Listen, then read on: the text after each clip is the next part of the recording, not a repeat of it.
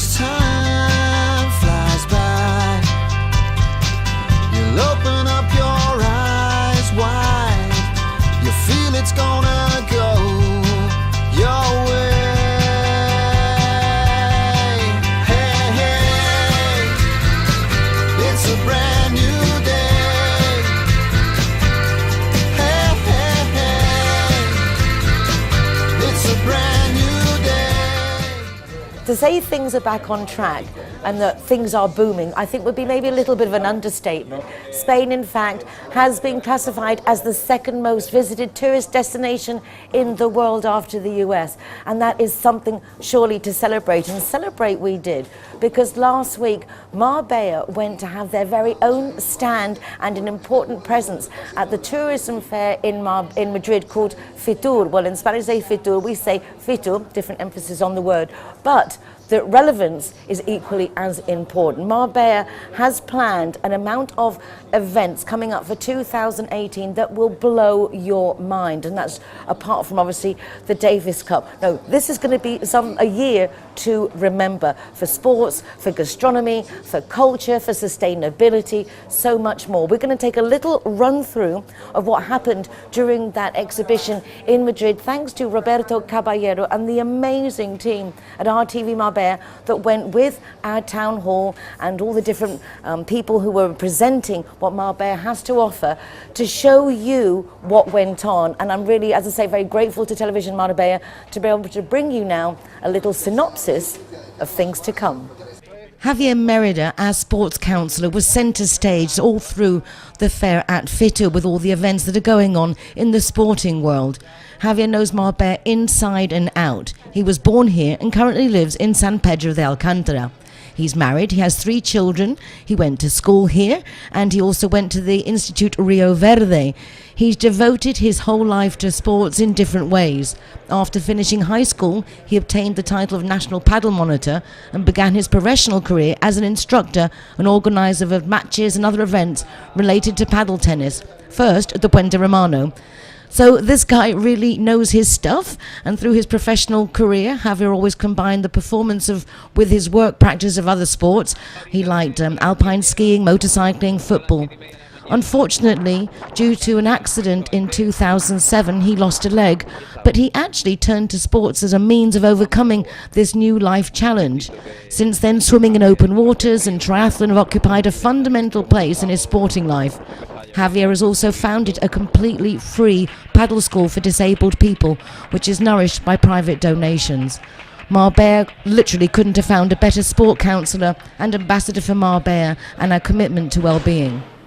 Just some of the sporting events announced at FITUR feature, as I say, the Davis Cup this very week to be held at Puente Romano. The matches will be played on the centre court, and its clay surface is said to favour the Spanish team's style of play, as is the mild winter climate, which we will hopefully enjoy for the event. The Puente Romano has hosted the Davis Cup before, in 1989, when Spain played Mexico. Stands will be put up to home some 8,500 spectators during the event, which are expected to come, and there are special transport facilities being laid on from Marbella Centre and Puerto Banús to Puente Romano, so hopefully there won't be too much traffic there.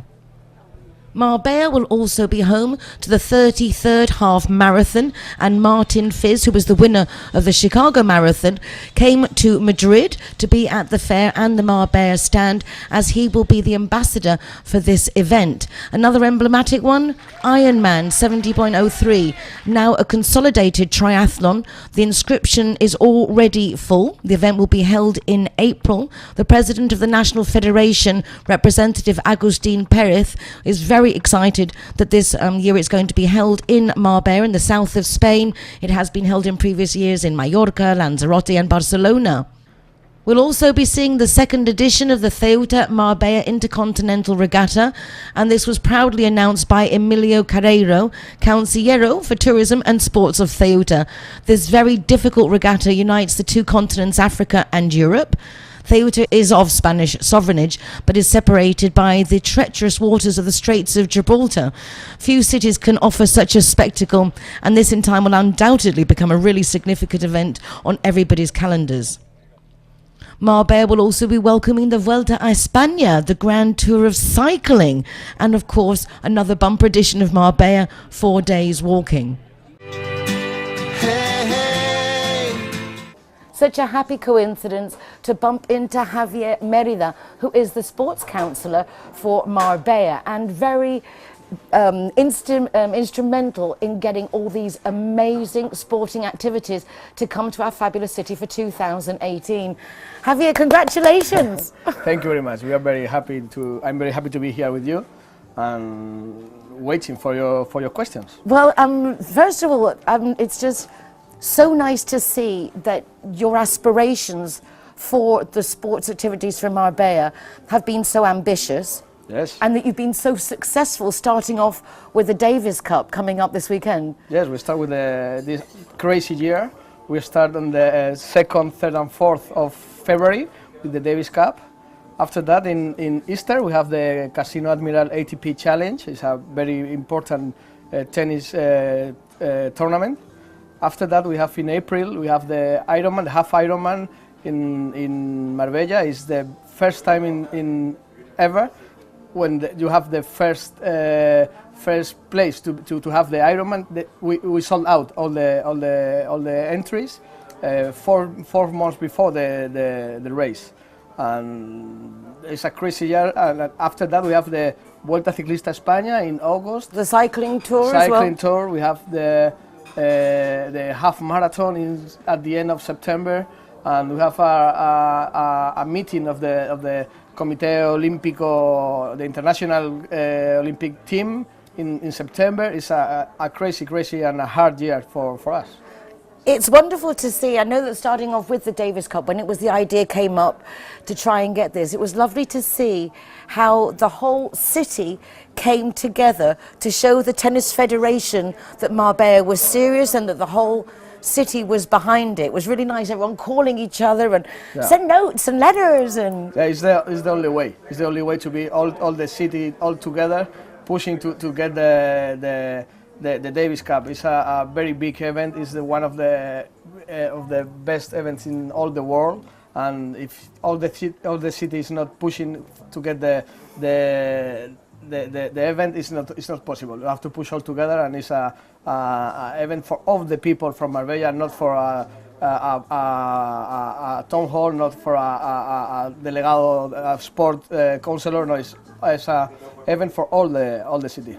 it's lovely to see how you embrace sports and you are emblematic to everyone to show that it doesn't matter adversity coming in your life, there is a way through it, and sports is a really good way forward. Yeah. You embrace this passionately. What do you hope for Marbella as a city through sports? Yes, Marbella is the best city to do a sport. We have the best weather, and we have the not the best places to do the sports, but we try to improve all the stadiums, all the places to do a sport, and we have to get the good things that we have in Marbella. We have the weather, we have a good Paseo Marítimo, we have good people, and we have to take part of this and help all the people to try to do the sport that they want. I understand it that sports tourism represents about 25% of tourism in general. Obviously, the Marbella Town Hall is betting heavily on getting that part of the market in. As you were saying already, for the Ironman 70.3, the inscription is full. It must be wonderful to see that Marbella is also growing in this aspect. Yeah, it's the good way to have the Marbella in the news. If we have we have good events, and we sold out of the events, and we get a lot of people coming to do a sport here in Marbella. It's the best way to be in the news, in the newspaper, and it's the way that we want to be in the news. Are you still competing yourself, or are you just too busy now that you're running all these sporting events? Very, very busy, but I'm trying to compete. I'm on the list, in the start list of the Ironman in Marbella, and I have date from the 12th until the 15th of June. I have date to do the double cross of the Strait of Gibraltar. I'm gonna try to go to Morocco, touch Morocco and come back to Spain between the 12th and the 15th of June. Unbelievable. I find it hard to get them downstairs. It's like it's just, you are to summer. Oh, that also reminds me, because we've got the regatta of the Marbella Ceuta as well coming up. That's very cool. Yeah, it's very the good. two continents together. Yeah. So close and yet so far. Yeah, when we do the presentation in FITUR, I said to the people from the regatta that there is more ways to go to Ceuta, because I did it swimming. So they was crazy. They were, what? How can you come from Ceuta swimming to Marbella? I say, okay, there are a lot of ways to go to Ceuta or to come back from Ceuta. Well, there is in your mind, and it's amazing to see that no challenge is too much for you, Javier. And it's just a pleasure to meet you. Absolutely honoured. At last got to meet Javier Merida as sports councillor. Congratulations. Hope we can keep meeting up to get more information as it comes along. Okay, thank you very much. Thank you very much. Hey, hey. Yeah, I'm here in Marbella, but it says here I'm in La Canada. If you haven't mastered the lingo, don't worry. Linear Director has a free GPS geolocator service that will come and find you.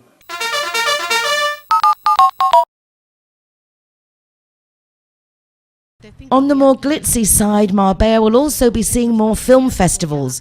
Cines Goya have been hosting the Marbella International Film Festival for many years in October, but a new Spanish-based Festival Cine Marbella is also to hit our screens for the second year in May, hopefully consolidating its position so that in time, this event becomes the next step on the destination map for those jet set after the Cannes Film Festival. 2018 will also see the 6th year of the Russian Film Festival, another wonderful achievement by the organisers and very important to further consolidate the Marbella brand across the globe. The Marbella Fashion Show will also be held for another year in Puerto Banús with great local, national and international designers taking to the catwalks.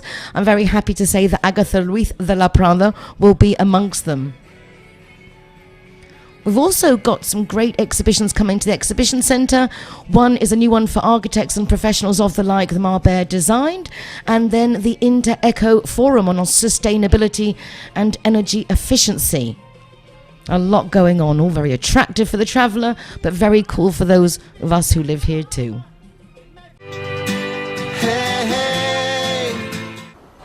Hello everybody, here I am today with a little doggy that you have seen before. Her name is Romy. Romy came to us when she was only a few days old, and I've been bringing her up to grow to be adopted.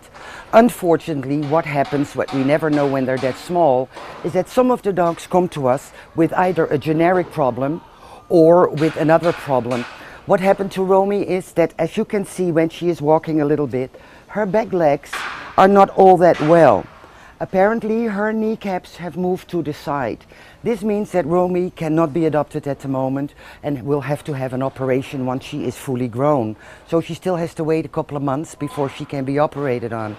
This means 6 weeks resting after one operation on one leg and then 6 weeks on the other leg, which is an ordeal for a little dog like this. But these are the things that we do at AAA. We do look after the dogs. Whatever way they come in, we try to help them, to make them better so that they're healthy and strong, and we do whatever is necessary. And of course this takes a lot of money, and all this is all extra from the money that we normally need just to run the shelter. I mean, feeding 600 dogs, taking care of them in any way possible, takes a lot of money. So I'm appealing to you this time again. Please become a member of AAA if you can. It's only about €5 a month. You can do it through the website. You can also make just separate donations, which are awfully welcome, because with those operations we will be able to give Romy the operations that she needs, because an operations that she's going to need is going to be more than €1,000, and that is all extra money that we normally don't have. So Romy is not the only one. We had Lilith the other day. She was kicked so badly by somebody that her spleen and her liver had moved into her diaphragm and was ruptured. It was a very terrible thing, and she needed a very large operation as well. It cost a lot of money.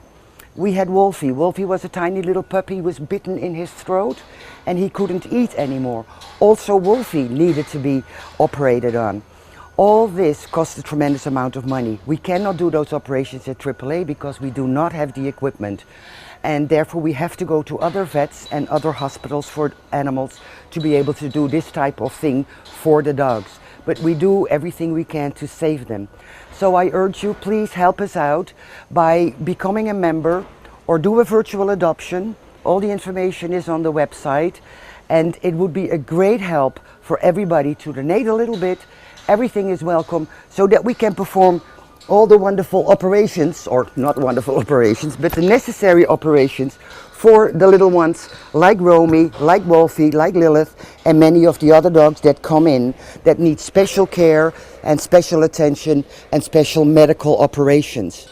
Please join us on our website, AAAMarbella.org, and I'll see you next week with another doggy for adoption. Thank you. Make sure you get your tickets for the Davis Cup. You won't want to miss out on such an emblematic event. And also remember to tune in tomorrow afternoon to 107.6 FM for my radio show, Mi Marbella, where we welcome guests from a wonderful international community to tell them us more about themselves. For now, take care of yourselves, be nice to each other, y hasta mañana. And it's time